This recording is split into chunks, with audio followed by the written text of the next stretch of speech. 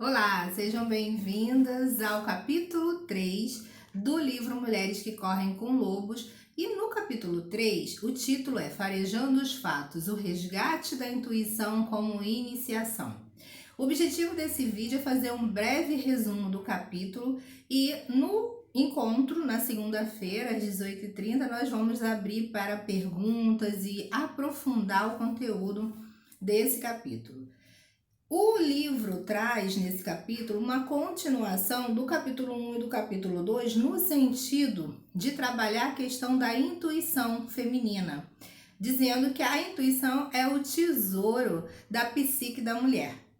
A intuição seria como uma velha sábia que está sempre com você. Lhe diz exatamente qual é o problema, para que lado ou direção você deve seguir. E aí, esse conto da Vasalisa é um conto muito antigo russo. E ela vai contar a história da iniciação de uma mulher. A iniciação no sentido da busca dessa mulher por uma conexão com a sua intuição, com uma conexão com a sua essência do feminino. Trata da percepção de que a maioria das coisas não é bem como parece. Essa história de Vasalisa também é contada na Rússia, na Romênia, na Iugoslávia, na Polônia e em todos os países bálticos. Bem, eu vou contar a história da Vasalisa de uma forma que todo mundo possa conhecer, mesmo quem não tenha o livro, e possa participar dos nossos encontros. Era uma vez uma jovem mãe que jazia no seu leito de morte, com um rosto pálido como as rosas brancas de cera na sacristia da igreja dali de perto.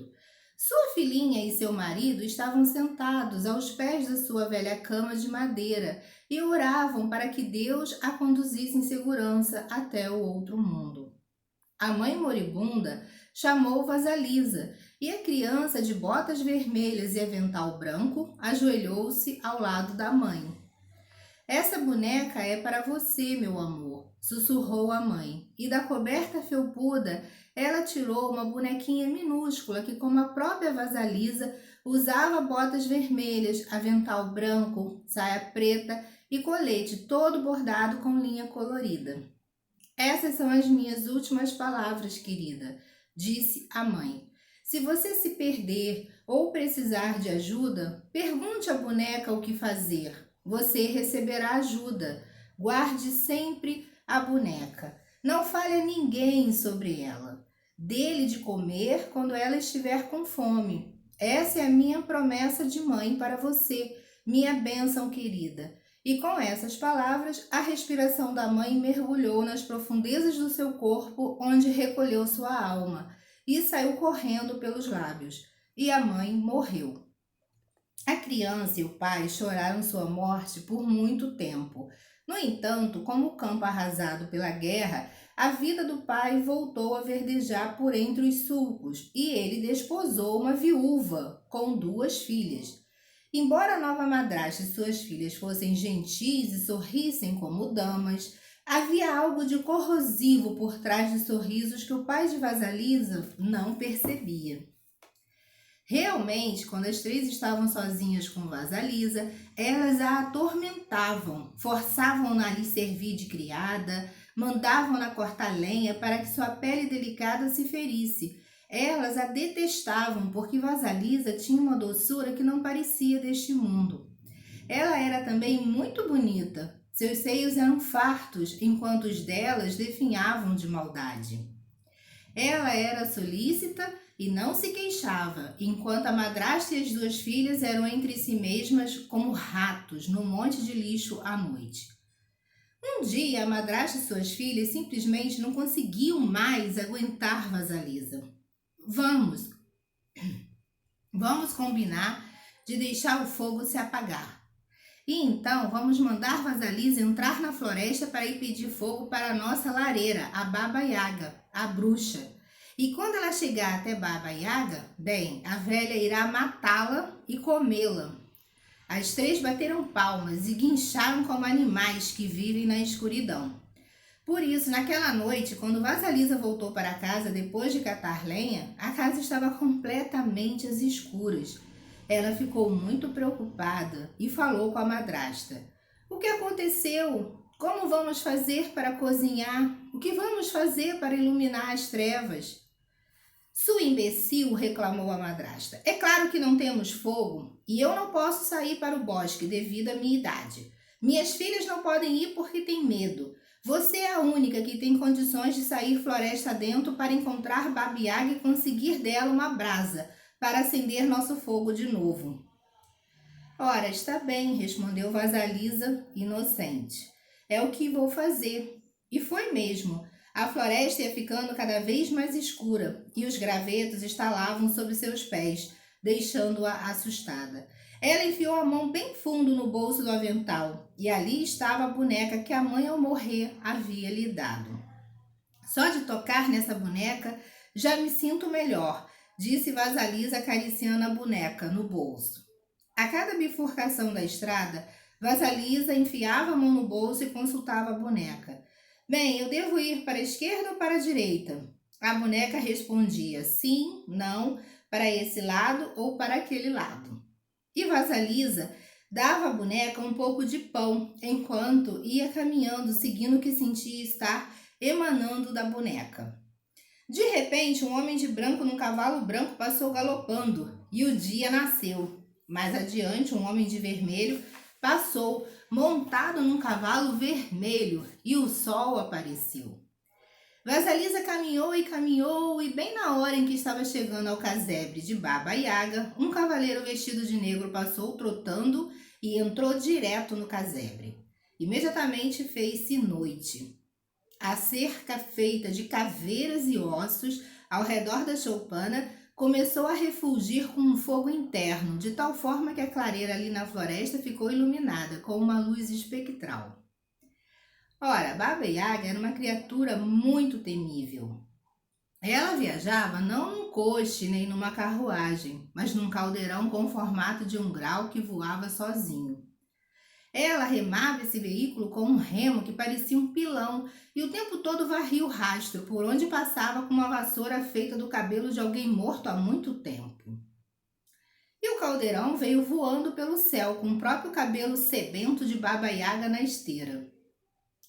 Seu queixo comprido era curvado para cima e seu longo nariz era curvado para baixo, de modo que os dois se encontravam a meio caminho.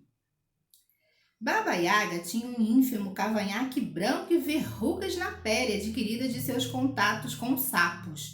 Suas unhas, manchadas de marrom, eram grossas e estriadas como telhados, e tão compridas e recurvas que ela não conseguia fechar a mão.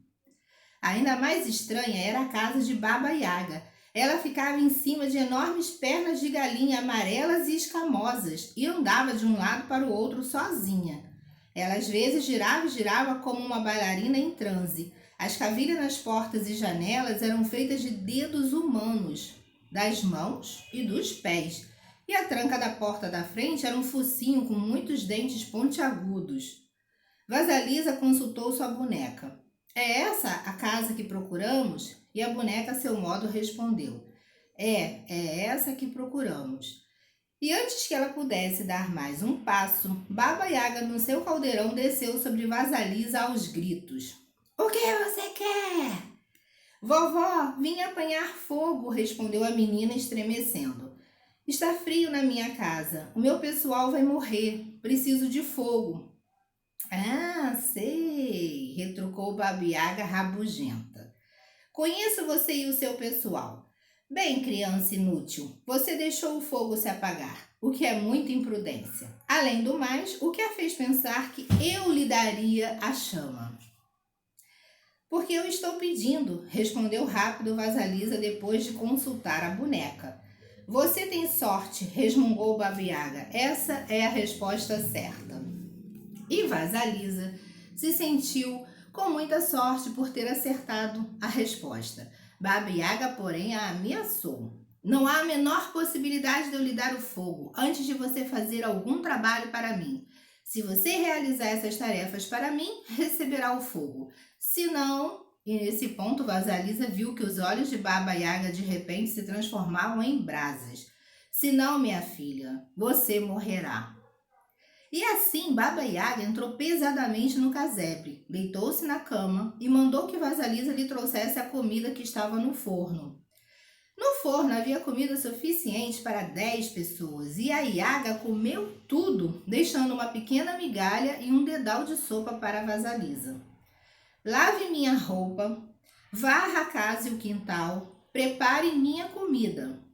Separe o milho mofado do milho bom e certifique-se de que tudo está em ordem.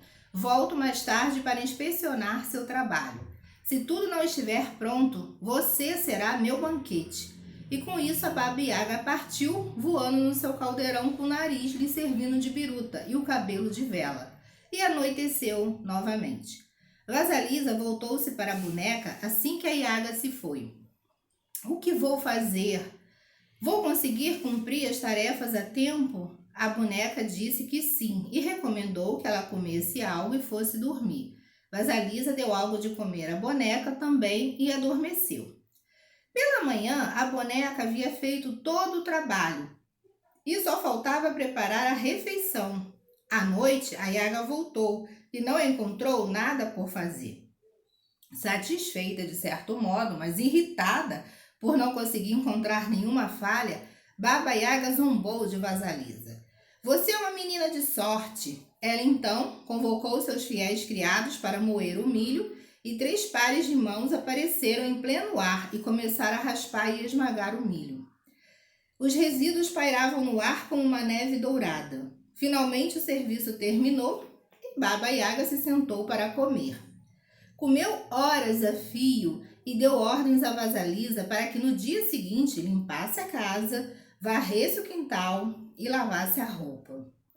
Naquele monte de estrume, disse a Yaga, apontando para o enorme monte de estrume no quintal, há muitas sementes de papoula, milhões de sementes de papoula. Amanhã quero encontrar um monte de sementes de papoula e um monte de estrume, completamente separados um do outro. Compreendeu? Meu Deus, como vou fazer isso? Exclamou Vasalisa quase desmaiando. Não se preocupe, eu me encarrego, sussurrou a boneca quando a menina enfiou a mão no bolso.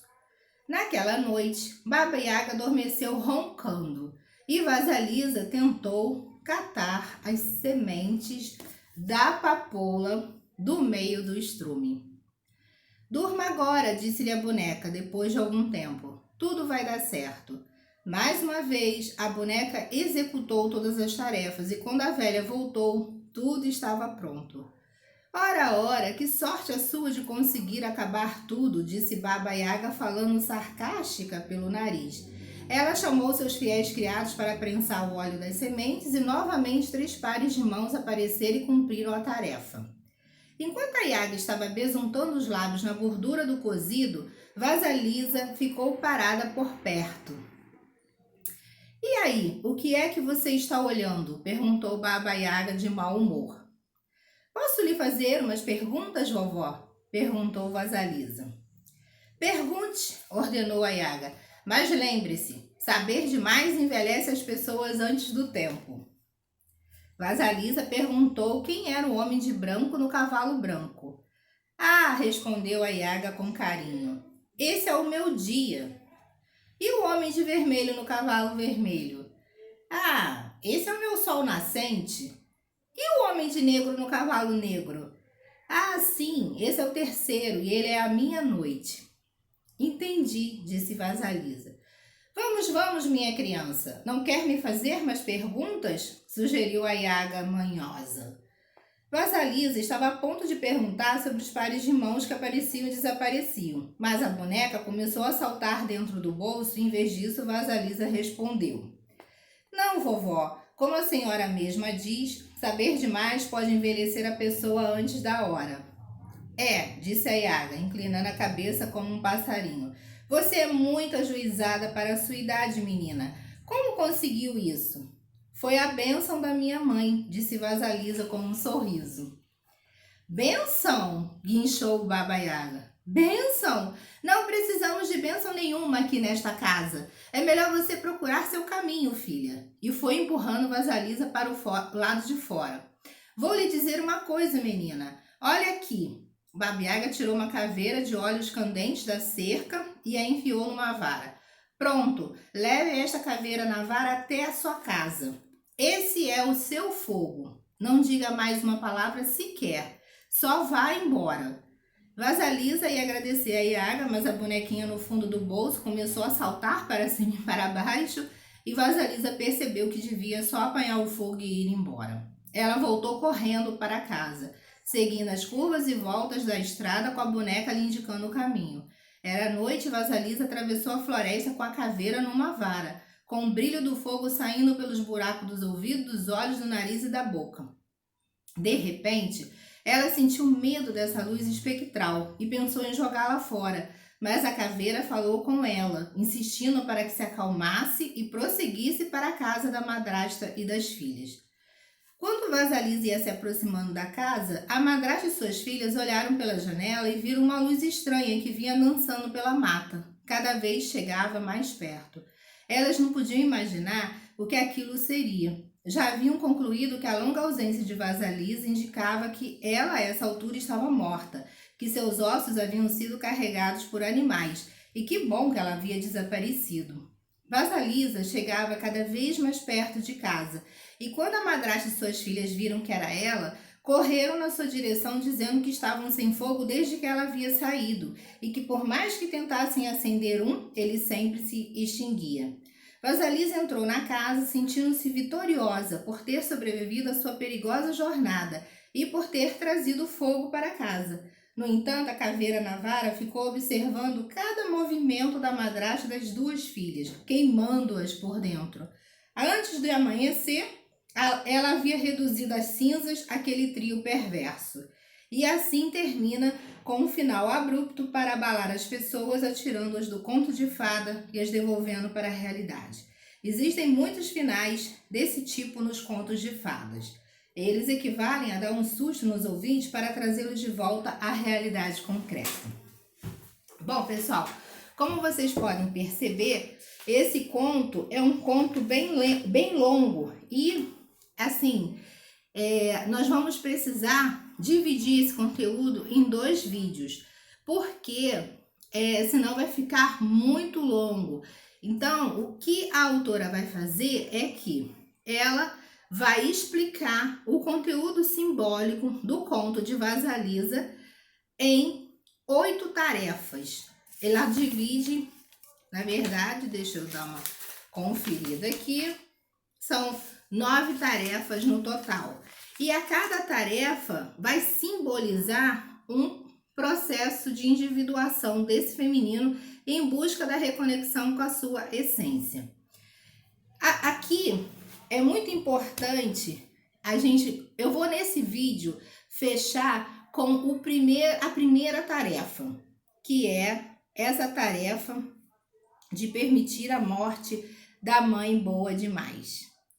Bom, Vasalisa é uma história de transmissão da bênção do poder da intuição das mulheres, de mãe para filha, de uma geração para outra.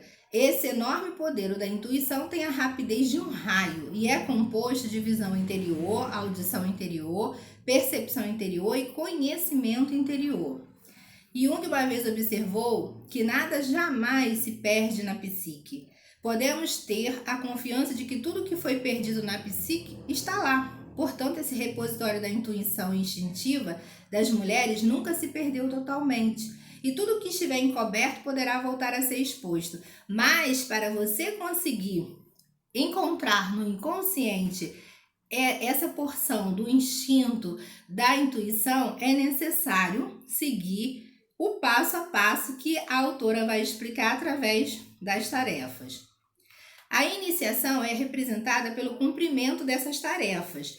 Nesse conto, há 9 tarefas a serem cumpridas pela psique. Elas se concentram na aprendizagem dos hábitos da velha mãe selvagem.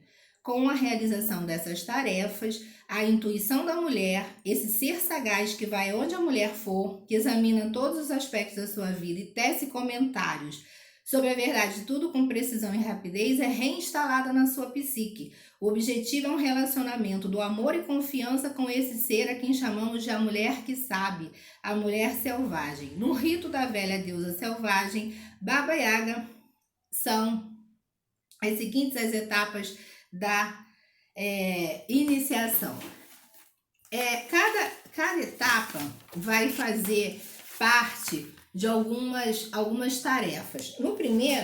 A primeira tarefa será permitir a morte da mãe boa demais. E o que ela conta aqui?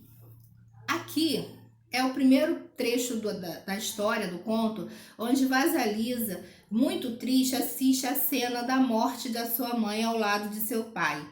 Passa-se um tempo, o pai de Vasalisa retoma sua vida e se casa novamente. E a sua nova madrasta possui 2 filhas. E as 3 não suportam ver a doçura, a bondade de Vasalisa. E aí, o que Vasalisa vai precisar fazer para romper com esse padrão dela de submissão, de aceitar esses maus tratos e ir em busca da sua conexão com a sua intuição, do seu amadurecimento enquanto uma mulher, deixando de ser menina para ser mulher. Aqui, a gente pode também lembrar de uma fase que, desde o nascimento até mais ou menos a adolescência, o que acontece? Algumas etapas. O bebezinho, ele nasce imerso no inconsciente coletivo familiar. E muitas vezes, esse bebezinho, ele não sabe que ele é um ser separado da sua mãe ou da pessoa que cuida e que o embala e que o protege. Com o passar dos meses, esse bebê começa a engatinhar, começa a andar e começa a perceber que ele é um ser separado de sua mãe, sim. Mas, infelizmente, quando vai chegando próximo da adolescência, acontece uma etapa que é muito importante.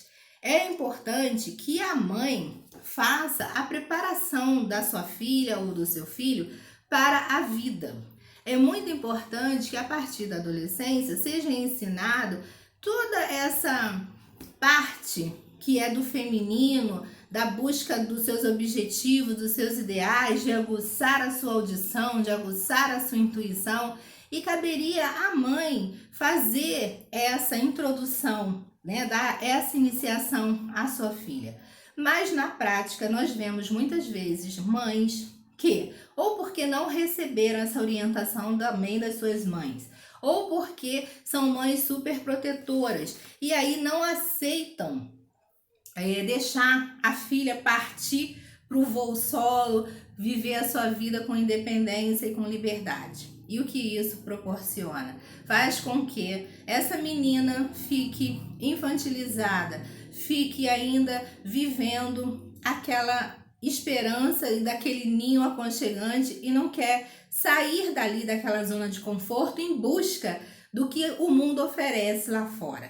E muitas vezes é muito comum a mãe dizer para a filha que ela simplesmente, ao sair dali da sua casa e ir morar sozinha, ou ir estudar fora, ou buscar os seus objetivos, ela pode se frustrar, ela pode sofrer, ela pode quebrar a cara, ela pode dar com tudo errado, e aí como é que vai ser? E são essas falas que muitas mães falam que fazem com que muitas vezes essa menina vá ficando cada vez mais temerosa de que realmente isso tudo venha a acontecer, e o medo desse predador externo faz com que essa menina se paralise e continue ali no aconchego do lar, da família. Então é muito comum, muitas vezes, pessoas que já são adultas e continuam morando com seus pais e com medo, inclusive, de ir aceitar desafios, de morar em outros estados ou em outros países e buscar sua autonomia, sua independência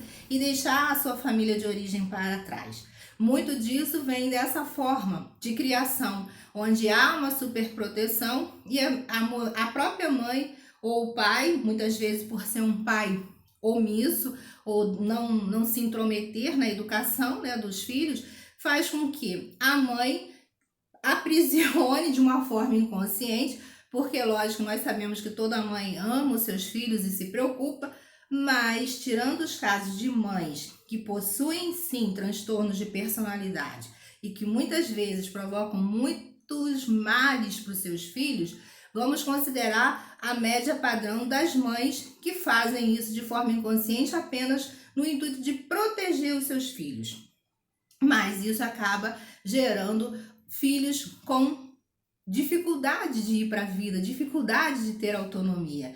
E aí, a primeira tarefa em busca desse processo de individuação é permitir a morte da mãe boa demais. Vasalisa só vai realmente conseguir dar o primeiro passo em busca da sua independência, da sua autonomia, quando ela permitir que a mãe dela morra definitivamente de forma simbólica. Isso não significa que a gente tenha que matar a nossa mãe, ou simplesmente deixar de gostar da nossa mãe, ou simplesmente morar longe, nos afastar, não querer saber. Não é isso. É simbolicamente compreender que o que de bom a sua mãe passou, de princípios, de valores, de ética, de moral, isso vai ficar guardado dentro de você. E você, munido de todo esse conhecimento feminino que sua mãe passou para você, você vai estar fortalecida para ir dar os passos necessários para a sua individuação, para o seu crescimento. E com isso significa enfrentar os desafios da vida e ir buscar a sua autonomia. Então, aqui nós vemos que o que mais acontece são mulheres, ou até mesmo casos de filhos, homens, que ficam totalmente dependentes da sua família de origem e não conseguem buscar essa autonomia e ir para a vida e conseguir desabrochar e conseguir fazer a sua conquista profissional, ter uma vida independente da sua mãe. E isso acontece não porque a mãe é má, é porque muitas vezes a mãe quer cuidar, quer proteger e nisso incorre nesse erro de fazer com que essa pessoa fique tão fragilizada que fica aprisionada e não consegue dar os passos seguintes para a vida. Então, aqui no livro, ela vai falando que a partir do momento que Vasalisa aceita o desafio da madrasta de ir até a floresta para se encontrar com a Baba Yaga e pegar o fogo, é como se ela estivesse conseguindo, de uma certa maneira, com a ajuda da bonequinha que ela recebe da sua mãe, ter a força para conseguir sair daquele seu estado de submissão, de maus tratos, de total dependência daquela família, que não gostava dela na história, mas que ela não conseguia se libertar. Então, através dessa bonequinha que vai ajudando e guiando, sendo uma luz no caminho dela até ela chegar em Baba Yaga e conseguir pegar o fogo, vocês vão acompanhar essa trajetória e vão perceber o quanto que esse start, esse primeiro passo, essa primeira tarefa, que é permitir a morte da mãe boa demais, é fundamental na vida de nós hoje, mulheres. Muitas mulheres não conseguem dar esse primeiro passo, continuam ainda enredadas e aprisionadas no seio da sua família de origem, na sua zona de conforto. Não consegue se soltar e ir em busca dos seus ideais, da sua profissão, dos seus objetivos. Então aqui eu vou encerrar essa primeira tarefa, que é permitir a morte da mãe boa demais, e no segundo vídeo eu vou colocar as demais tarefas e explicar passo a passo como é que ocorreu esse processo de individuação da Vasalisa e como é que nós, mulheres, podemos também conseguir desenvolver o nosso processo de individuação. Cada uma de nós, cada uma com a sua história, com as suas dores, com os seus motivos, com os seus objetivos, mas é primordial que a gente acompanhe essa evolução e que a gente observe se nós também não estamos paralisados em alguma dessas fases, né, do processo de individuação. Porque se você identificar que você nem sequer começou, que você ainda está na primeira etapa, talvez seja o momento de você começar a pensar numa forma, numa estratégia de você ir à luta e buscar a sua autonomia, a sua independência. Vejo vocês no próximo vídeo para falar das demais tarefas, ok?